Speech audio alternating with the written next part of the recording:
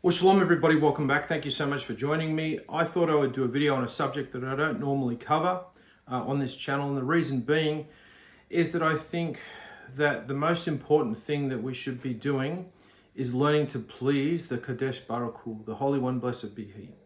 And we should be finding out what is each of our own individual requirement, because it can vary depending on who you are, to actually improve our standing and our relationship with Hashem. What is it that we're here to rectify? What is it that we're here to repair and restore? What do we have to do tshuva for? And how can we influence others to return to Hashem and leave this world in the best possible state that we came into it? Because we pick up a lot of muck and mess over the years, and so we're constantly we should be constantly in a place where we're cleaning, grooming, repairing, restoring, and encouraging others to do repair and restore, and to be the best possible people we could possibly be, and doing the will of Hashem in whatever capacity you find yourself, whether you're a Gentile, whether you're a Jew, whoever you are. Find out what it is what is your list of array of obligations that are unique to you, and do them. And it doesn't matter if it's in a time of peace or a time of war. That never changes. You don't, obviously if you're in a time of war, you may have to join an army and help defend your country. But even out on campaign, even sitting out in a trench somewhere, you'll be sitting learning Tehillim. You'll be sitting reading Tehillim. You'll be sitting learning. You'll be praying. You'll be doing what you can to do mitzvot out there in the field. You'll be giving tzedakah where you can, and you'll be encouraging other soldiers. And you'll be hopefully a light in a dark place. That we all want to be a light in a dark place. We don't want to be somebody that's looked upon as adding to the darkness. You don't want to say, well, you're actually part of the problem. I thought I was part of the solution. No, you're part of the problem. Oh, okay. How do I turn that around? How do I become part of the solution? Oh, okay. Well, now, be prepared for things to get personal. Oh, okay, really? And so what happens is today people are very much enamored by what's happening in the world. And because of the internet, we are in a very unprecedented time of communication and ability to show various forms of communication in ways that we haven't done before, with music, with visual imagery, and so on and so forth.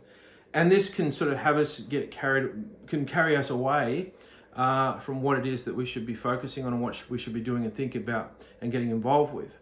And so a lot of people find themselves maybe arguing, debating, and really getting a kick out of that, and sort of thinking that that's, I'm walking out my faith, and this is what my faith looks like, when actual fact, your faith shouldn't look like anything like that at all.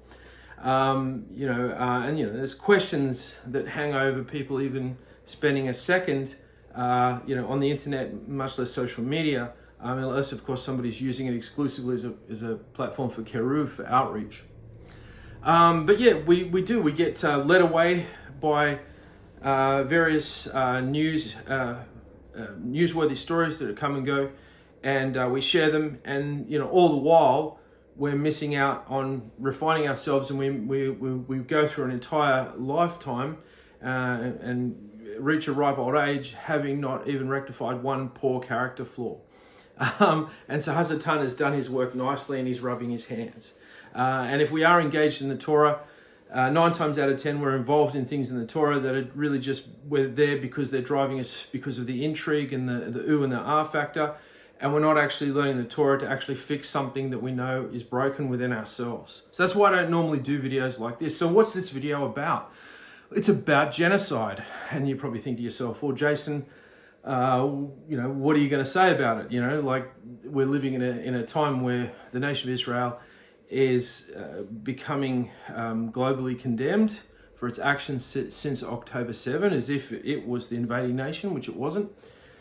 And more and more we're seeing a climate which is very similar to the world's regard for the Jews in pre-World War II era.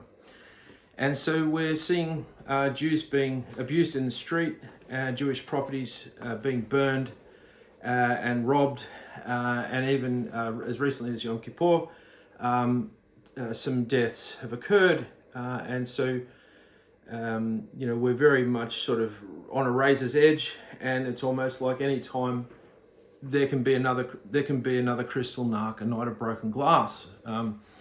Kristallnacht is a time when all the German Jews woke up to their businesses all being ransacked, synagogues being burnt, and all the Jews being rounded up in the street and humiliated and injured, and even some of them being killed. A lot of them being killed, men, women, and children.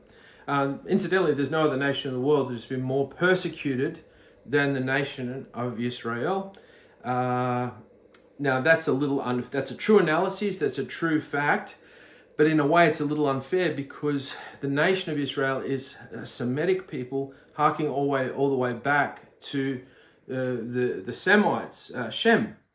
And so, there's no nation that exists today that actually technically is the exact nation that existed in ancient times. So that makes it very hard for another nation to, make a claim that it's had a history of persecution that's anywhere near that of the Jews. But nonetheless, you can simply look up on Wikipedia. I think there's a national amnesty page where you can look at all the pogroms and the Holocaust that have beset the Jews all the way from ancient times till current modern times. So we're sort of poised to, hit another very dark time for the Jewish world, I'm sorry to say. And that is because the world is turning on Israel and are accusing it of genocide. So what am I going to say about genocide? Well, let's have a look at the Merriam-Webster definition. The intentional destruction in whole or in part of a national, ethical, racial, or religious group. And it goes on to talk about certain actions, terrorist actions being committed against the group. Any action that's designed to sort of mitigate or truncate or reduce the group's freedom, even controlling births and things like that, and controlling where they live and curfews on them and things like that. These all come under the definition of genocide. And so people often bandy the term genocide around like it's a four-letter word, like, there should never ever be any reason for an act of genocide, ever. And of course, the act of genocide is something in a perfect world would never exist. The same with war. War is something that people accept. People have to go to war. A country has to defend itself, otherwise it'll be wiped out. And so, people don't, generally accuse other people for partaking in a war, especially if it's to defend them so that they can continue to live. But they know that in a perfect world, nobody would be engaging in war, and war is a terrible thing. War is hell, as they say. But when we talk about genocide, that's on a whole different level. And as soon as you make the comment, there are people who are guilty of genocide, blah, blah, blah. Nazis were guilty of genocide, blah, blah, blah. But when you study the Bible and you study Hashem's relationship with man, in particular Israel, you will see that the definition of genocide is rife throughout the Bible, and it is not normally something that is attached to Israel or Hashem's enemies. It's actually something that actually originates from Hashem and Israel under the command of Hashem himself. And so you're like, okay, what do you mean? Well, if you go to the first book of the Bible, the book of Genesis, you will get to the account of Noah and his family, and you'll inevitably read about the destruction of the entire world, which was in the figures, according to some scholars, as being 8 billion people potentially that were destroyed by Noah's flood. Okay, so this is kind of the crown of all ethnic cleansing examples, and no one will ever exceed that level of destruction, not even a nuclear war, with Hashem's removal of man from the face of the earth through flooding. He's kind of cornered that market. So you might think to yourself, well, hang on, wasn't the flood something that was to liberate and rescue mankind? It absolutely was, but in the course of doing that, an entire nation of various nationalities, peoples, cultures, and creeds had to be wiped off the face of the earth.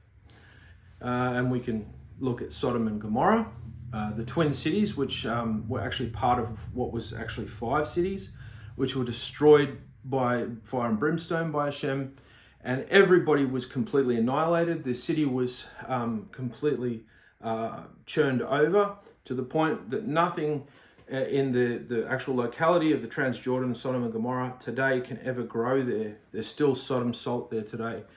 So the city was that wicked that Hashem completely wiped it out. We have the account of all the firstborns in Egypt being killed. They were all annihilated in one of the plagues. We have false prophets being commanded to be killed.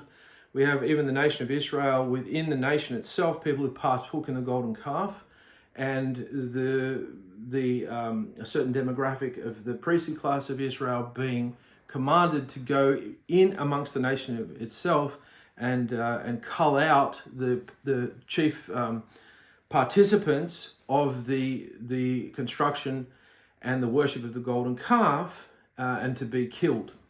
Now, Aaron was very much a key figure in the actual the golden calf incident, but he was partaking in it to bide time in the hopes that Moshe would return before they actually constructed the calf and worshipped it, by him saying, all the women bring forth your jewelry. That was designed to get them to sort of go, oh, actually, no, we don't want to part with our jewelry. But in actual fact, to his surprise, they were all happy to do so. So we have countless instances where Hashem actually commands the nation of Israel to commit acts of genocide, not only against one nation, but multiple nations. We read in Deuteronomy 20, verses 17 through 18, you shall annihilate them, the Hittites, the Amorites, the Canaanites, the Perizzites, the Hivites, and the Jebusites. And we actually read in the Bible that when they don't annihilate entire nations as they're commanded to, in the case of of Amalek, they leave the king of Amalek alive. He somehow has conjugal relations while he's incarcerated, while he's held captive in the nation of Israel. And his offspring, eventually, the offspring that he has due to his conjugal rights that he's given somehow, the offspring, the woman that he was laid with became pregnant, and that offspring led to Haman, which later almost led to the destruction of the entire Jewish people in the time of Persia. And that was directly connected to the fact that the nation refused to carry out Hashem's will in annihilating everybody, including the king. And so, you kind of take a step back and you go, okay, all right, okay, I'm getting a new perspective on genocide. And you go, yes, you are. It's something that Hashem, in a perfect world, would not in a million years think to actually do to his people or to command his people to do. But the problem is that mankind commits sins and is drawn to committing averot, and do things wrong and mismanages himself, and this leads to there being no other choice but to commit acts of mass extermination. Now, if you look at Lot with the incident with his 2 daughters after the destruction of Sodom and Gomorrah, he was prepared to give his daughters over to the mob to be raped and killed. That didn't transpire, but later, as a punishment for that, he and his daughters were convinced they were the last people on earth. And so his daughters lay with him, giving birth to 2 children. They both had a son each. And this gave birth to 2 nations, which, lo and behold, both of the nations had as part of their culture acts that were things that were accepted in their culture, such as acts that are akin to incest and offering up offspring to the slaughter, which harks back to what actually happened with the 2 progeniting daughters of Lot.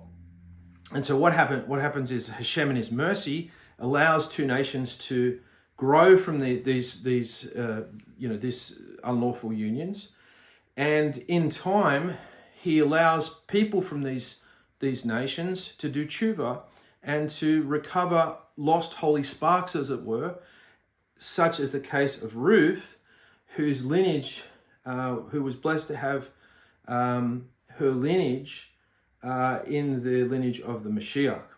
And so, it gives time for, though, a nation has spawned around, an unlawful union, certain good things can arise from this.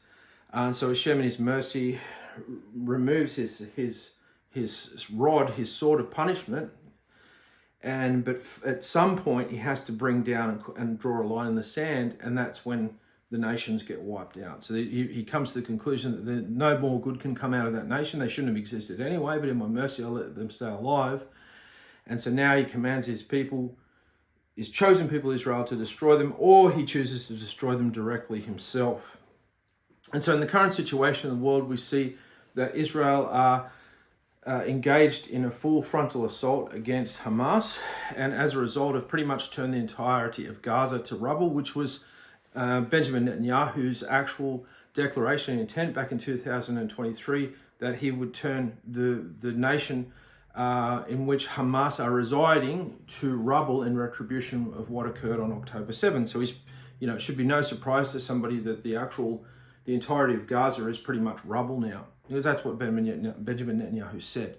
Now, in terms of committing active genocide on the nation of Palestine, or the so-called Palestinians, if you want to call them that, the Muslim Arabs, there is in no way a case that can be made rationally that they are committing an act of genocide against that people, on the simple grounds that if they wanted to, with their technology compared to their enemy, if they wanted to commit an act of genocide, really, they would be able to commit a complete and utter act of genocide that would occur in just one afternoon, and it would be over.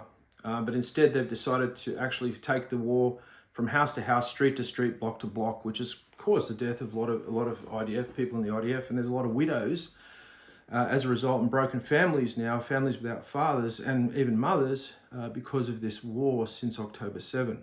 So to say that Israel engaging in genocide is embarrassing, even though that's the only thing that you read all over the web related to UN, people that have been speaking at the UN, but who would actually take anything seriously that was said in the UN Council anyway. Nothing could be further from the truth. If they wanted to commit an act of genocide, they would have done it in one afternoon. But instead, they're treading carefully because they want to try and recover the 251 hostages that were actually taken away on October 7, along with the 1,200 people that were killed, most of which were civilians. And let's not forget that they weren't just killed. In many cases, they were tortured and raped. Body parts were severed from young girls under the age of 12, had their arms chopped off and left for dead. Babies had their heads cut off. Babies were burned. Family members were burned. People were killed in front of other family members.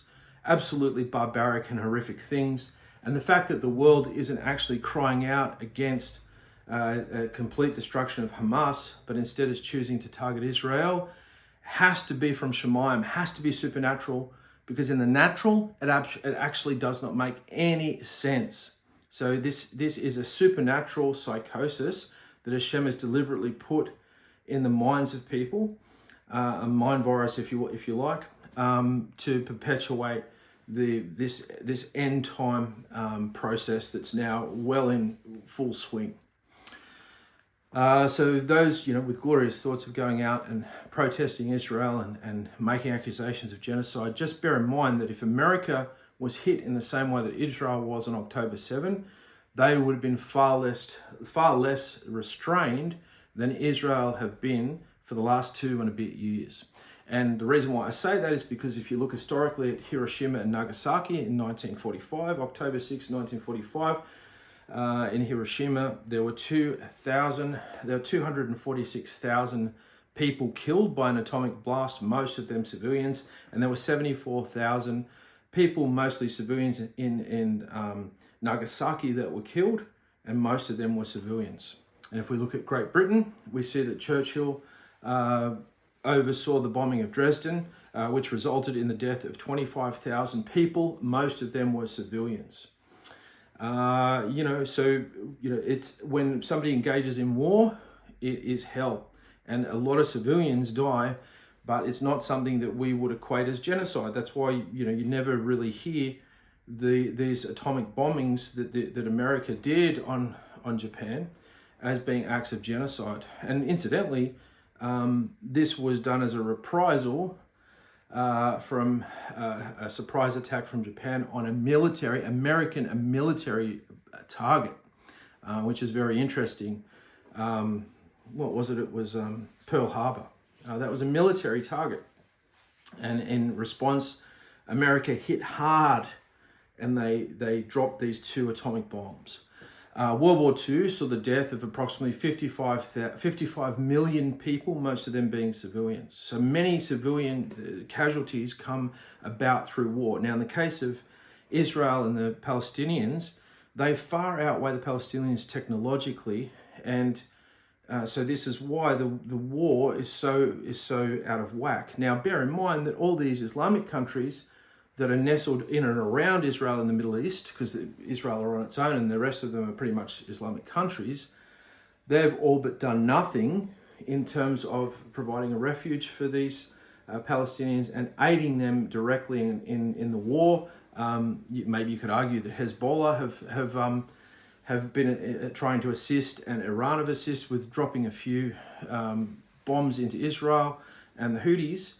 But it's really been largely, they've been fairly kind of non-active, like they've just been peppering Israel when they could have all just joined forces and bulldozed Israel just simply by sheer numbers alone. I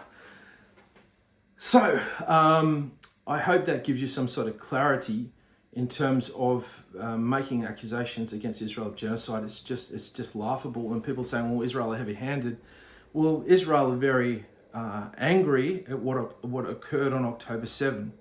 They're very angry, and the way that their enemies videoed and went about so gleefully killing them, even that one phone call with that Muslim who had killed those 9 Jews with his bare hands and was boasting about it to his parents on the phone of one of his victims, using the phone of one of his victims, you can see that these people live for the death of the Jews. And so the world is on a mission to condemn the Jew. This is why you see across the world a union of 2 opposing forces. So it's like the plague of fire and ice. Fire makes peace with ice, and these hailstones have both fire and ice, which are opposing forces, and they destroy the nation of Egypt.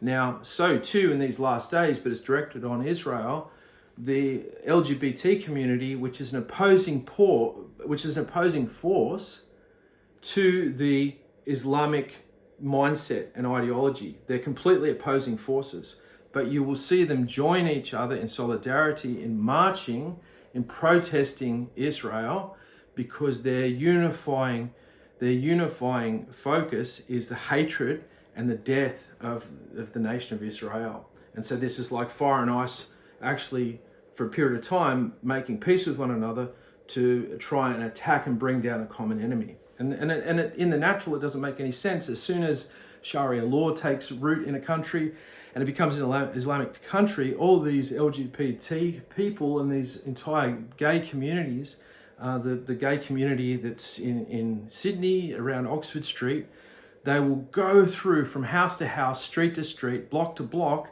and they will forcibly remove all the homosexuals, and they will publicly execute them, in most cases pushing them off 4 or 5 story buildings to their death, which is an agonizing way to die, because it's not quite high enough at times to kill you instantly.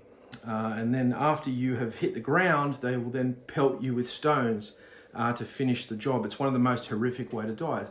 And so if the homosexual LGBT community understood their hashkafa, their ideology, they wouldn't for a million years be seen within, a million football fields of these people. Yet they're marching linked hand in hand, walking down the street, protesting in the Harbour Bridge in support of the LGBT community and the Palestinian cause, which is the same ideology of Hamas. You know, and there's not a tweak, not a sound of people protesting Hamas. It's just going to be such an eye-opener when you actually see if this regime actually takes hold in one of these Western countries, people are going to be in for a rude shock. So just reiterating again, Hashem will command the nation of Israel to commit acts of genocide. On multiple occasions, we have in Numbers 31, 8 through 18, you shall annihilate them, the Hittites, the Amorites, the Canaanites, the Perizzites, the Hivites, and the Jebusites. So Hashem is not mucking around. And when they don't perform Hashem's will to the letter, they pay for it. You know, He mandates them to completely remove them from the land, because Hashem himself says the reason why these foreign countries are being spewed out of the land is because of the multitude of their iniquities. And so, anyway, there's a lot there to digest, but please don't be one of these people that thinks that the IDF are acting heavy-handed in any way. In actual fact, they're showing a restraint that no other country on earth could be showing at this time for what has been originally perpetuated on them on October 7th. Bear in mind, the Gaza Strip was given to the Palestinians by Israel in 2005. And there were 90,000 Jews that resided there before it was handed over to the Palestinians, and they were forcibly removed from their homes and businesses and communities. Even Jewish graves were dug up and removed from Gaza to let the Palestinians have that land. And they've been receiving copious amounts of funding ever since. And instead of making the place into a Singapore, they've chosen to make a network of tunnels and used it as a launching pad to fire missiles deeper into the actual nation of Israel. Pretty much from day one, they've done that. And I can't understand, from the time when the first missile got fired from there, that should have been it. They should have gone and taken it back and gone, you had your chance, you blew it, we're not giving it back to you. And from that day, pretty much to this, Israel have provided clean running water to the residents there of Gaza, and electricity as well. And this is how the world is now turning on them. But this is the will of Hashem, because the nation of Israel itself, near on 80% of them have turned their backs on Hashem and the Torah.